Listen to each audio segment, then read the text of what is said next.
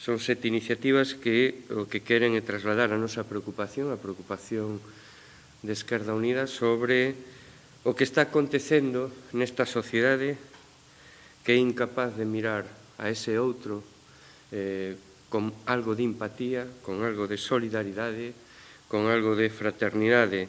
Estáse tratando a ese outro como únicamente como un problema, co estigma incluso da criminalización, de tratalos como se fosen xa en potencia delincuentes.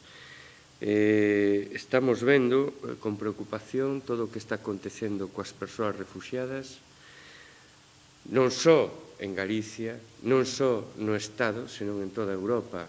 E isto dicimos a respecto, a nosa preocupación da pregunta que formulamos hai pouco no Parlamento de Galicia, cando preguntamos sobre cantas persoas refuxiadas se acolleran en Galicia nestes 5 meses.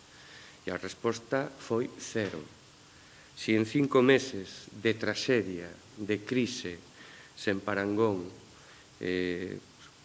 non fomos quen de acoller a ningunha persoa, pois fala moi mal de como está o andamiaxe democrático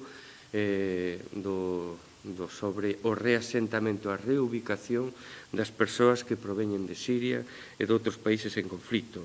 Por lo tanto, nos volvemos a insistir no Parlamento de Galicia sobre este tema e tamén o facemos porque o que requerimos é o regulamento da Lei 12/2009 do 30 de outubro que regula o dereito de asilo e da protección subsidiaria, porque levamos 5 anos coa lei de asilo sen desenvolver.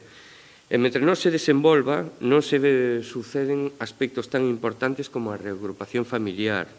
Permítese a arbitrariedade do artigo 38, onde de facto está sucedendo que non se utilizan as embaixadas e os consulados como un lugar onde solicitar o estatuto de refuxiado.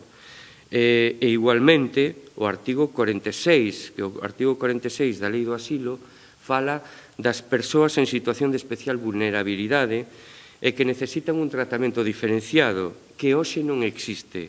E falamos de menores non acompañados, de persoas con diversidade funcional, persoas de idade avanzada, mulleres embarazadas, familias monoparentais con menores de idade, persoas que sofreron torturas, violacións ou demais formas de violencia psicolóxica, física ou sexual e vítima de tratas de seres humanos.